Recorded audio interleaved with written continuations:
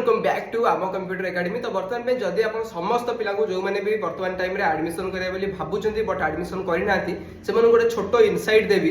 बर्तमान टाइम रे किछि दिन हम किछि गोटे आमर ऑफिशियल गोटे प्रोसेस चली ओकेसीएल तरफ जो थे कि गोटे पॉइंट एटा भी अच्छी कि मे भी 2026 टारू समस्त कोर्स फीस बढ़ी जाई पारे जेमति कि हमर ओईसीटी ए प्लस एटा गोटे इनसाइट आसुची जो थे कि कोर्स फीस मे भी बर्तमान 4000 जो कोर्स फीस अच्छी ओईसीटी रो मे भी सेटा बढ़ी 4300 4500 अप टू एई टाइप रो किछि हबार चांस अच्छी जोटा कि बर्तमान पे फाइनल तो होइनी बट डिस्कशन चलची एंड जदि डिस्कशन चलची मे भी किछटा जगह सेटा सत भी ही पारे एंड किछटा जगह सेटा नॉर्मल 4000 भी रही पारे। तो जो भी पिला माने बर्तमान टाइम रे एडमिशन करिवे बोली भाबुचंती सेबे निश्चित रूप से डिसेंबर 30 पूर्व एडमिशन करै नंदु कारण जनवरी मास जदि प्राइस बढ़िला से माने ही निजे सफर हेबे।